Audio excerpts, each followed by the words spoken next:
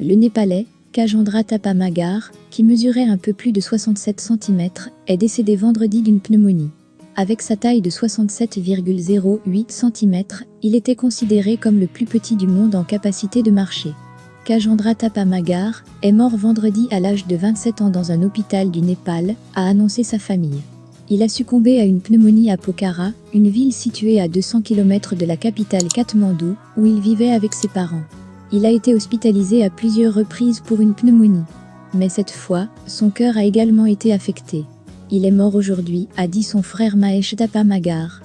Kajendra Tapamagar, dont le nom figurait dans le livre Guinness des records, avait une première fois été reconnu en 2010, après son 18e anniversaire, comme étant l'homme le plus petit du monde pouvant se déplacer sur ses jambes. Il avait alors été photographié tenant un certificat à peine plus court que lui. Il avait ensuite été dépossédé de ce titre par un compatriote, Chandra Bahadur Danji, qui mesurait 54,6 cm. C'est à la mort de ce dernier, en 2015, que Kajendra Tapamagar avait recouvré son certificat. Il était si petit, quand il est né, qu'il pouvait tenir dans la paume de notre main, et que l'on avait beaucoup de mal à lui faire prendre un bain, a raconté son père, Rou Bahadur, d'après le Guinness des records. Précédé de sa notoriété, il aura voyagé dans plus de 10 pays, et sera passé à la télévision en Europe, et aux États-Unis. La vie peut être un défi quand vous ne pesez que 6 kg, et vous ne trouvez pas votre place dans un monde bâti pour des personnes entrant dans la moyenne.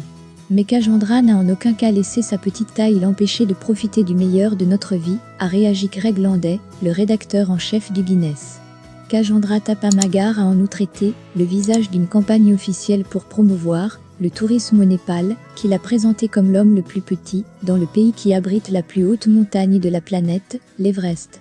Sur une vidéo diffusée par le livre Guinness des records, on peut le voir jouer de la guitare avec son frère, monter sur une moto ou faire du vélo.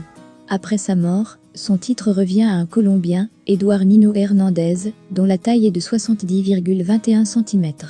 L'homme le plus petit du monde dans l'incapacité de marcher ou de tenir debout sans être aidé reste le Philippin Jean Ray Balawing, qui ne mesure que 59,93 cm.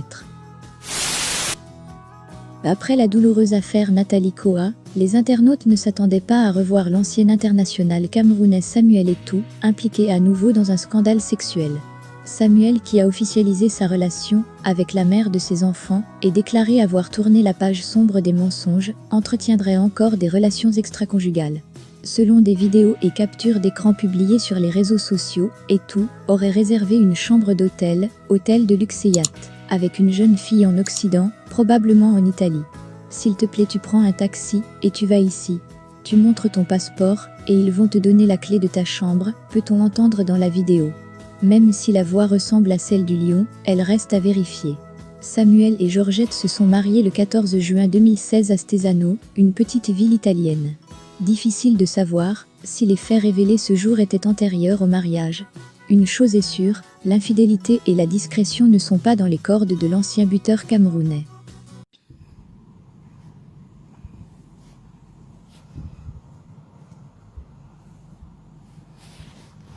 S'il te plaît, tu prends un taxi et tu vas ici.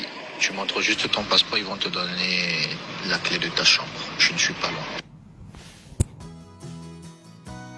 Si la vidéo vous a plu, n'hésitez pas à aimer et partager. Si elle ne vous a pas plu, vous pouvez toujours réagir, car cela nous permet de nous améliorer. Merci bien.